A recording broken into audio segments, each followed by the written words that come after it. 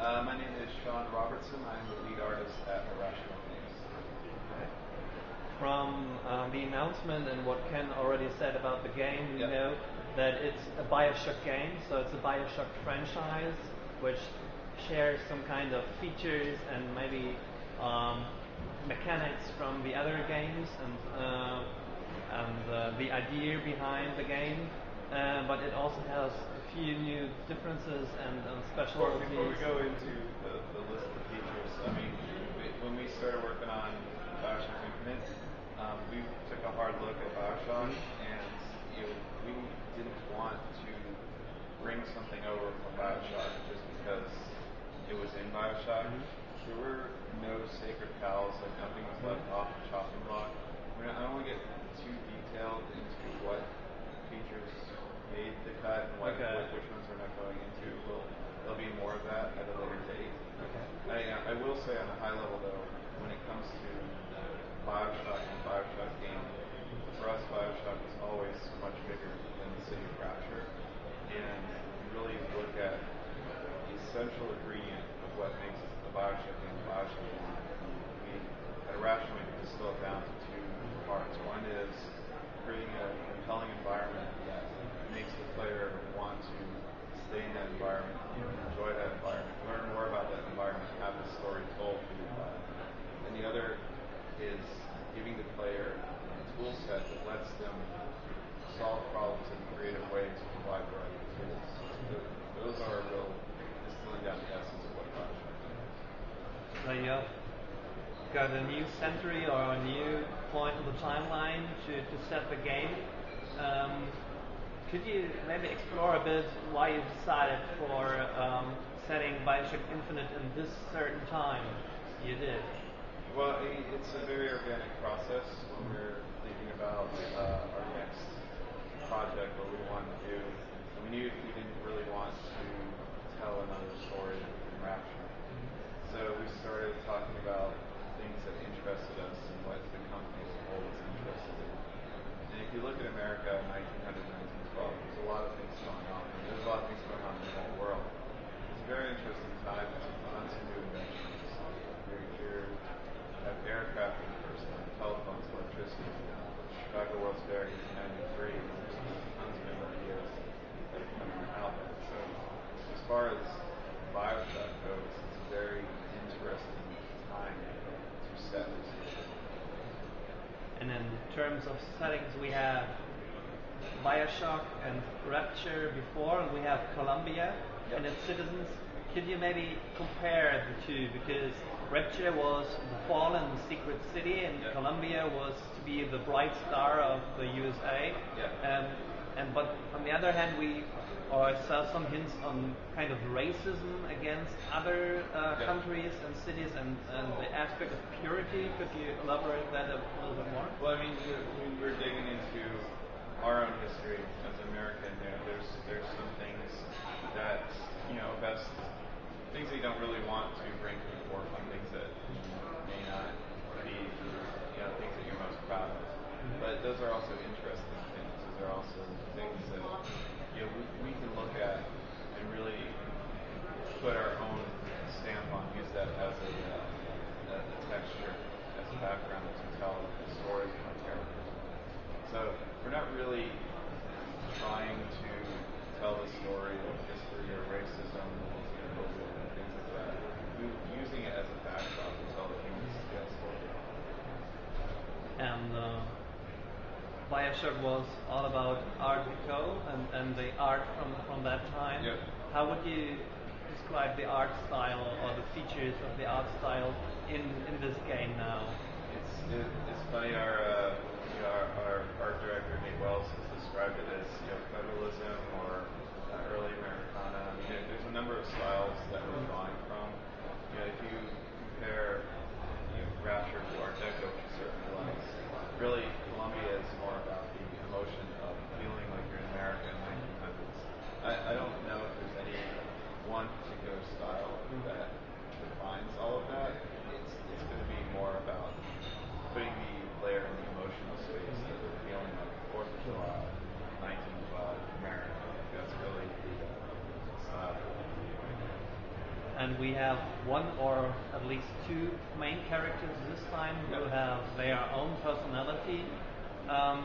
And in the previous Bioshock games, you had a more or less nameless character who, with his moral choices, could influence the development of the story. So this time, is it also possible to have a certain impact on the story again with your choices, or even in the characters' personalities and how they involve together? Yeah, we are committed to creating a compelling story to present to people and have people explore when we're ready to release. I don't want to get too deep into talking about the specifics of the story, because part of, for us, Bioshock game is letting the audience explore that at their own pace and make their own discoveries. So we don't want to get too deep into what the actual story is going to be. I mean, obviously this time around, he plays a named character, he plays Booker DeWitt, the character speaks. You have a companion character, Elizabeth. These are two new ideas for Bioshock. And really, for us, they're storytelling devices. They let us get you emotionally involved with the characters, and that helps us bring the story forward.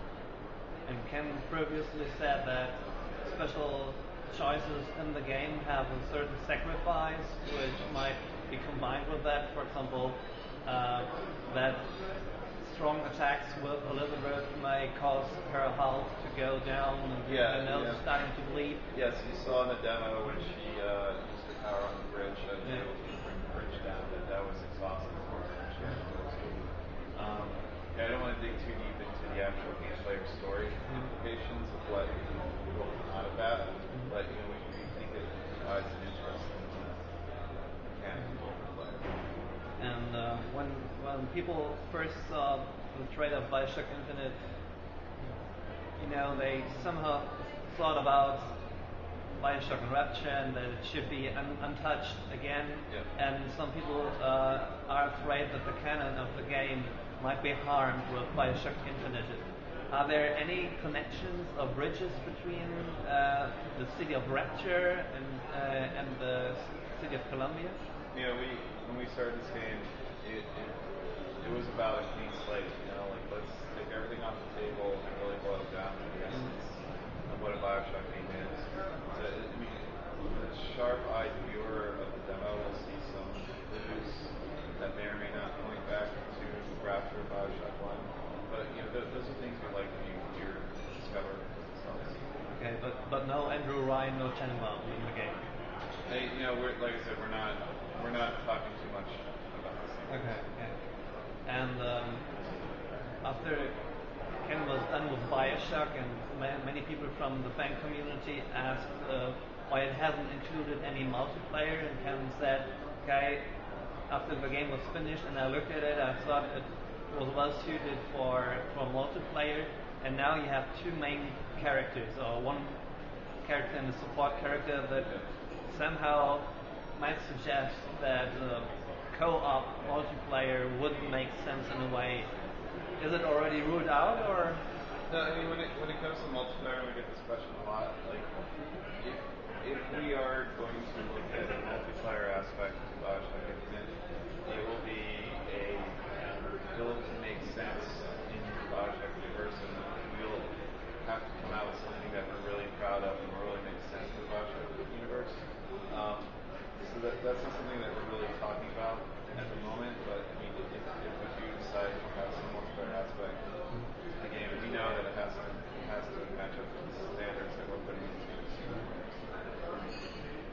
And in the demo we have seen that the citizens of Columbia are not immediately aggressive. So is it possible that we have more neutral characters or more supportive characters in the game, or? Definitely, in the demo, when you walk past Stall and he's giving a speech, he doesn't immediately attack. When you go in to the bar, the bar is full of people, they don't immediately attack you. So certainly, we're hinting at in the demo that there's going to be a wider variety of AI types, a wider variety of interactions that you can have. Not everybody's going to attack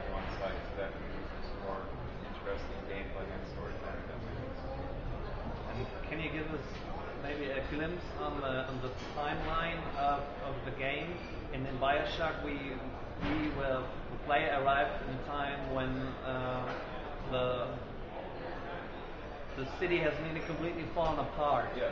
And could you say when, for example, the city was built and how many years after that The city was arrived? built in 1900, and Booker DeWitt arrives in 1912. As far as how long the city, cities after it was launched was pretty much almost immediately after the city was launched, experienced some sort of trouble, then disappeared from view. As to the actual specifics of what was happening in those 12 years, that will be something that will unfold later. It's somehow a war going on in the city, but some of the daily life of the characters and the people there is still continuing. Yes. And we have many open places and bright places, and on the other hand, the traditional atmosphere and the intense atmosphere of the previous Bioshock games will it return in the Bioshock Infinite, because we have open spaces, bright sunlight, we have creepy moments and dark corridors and all of that again?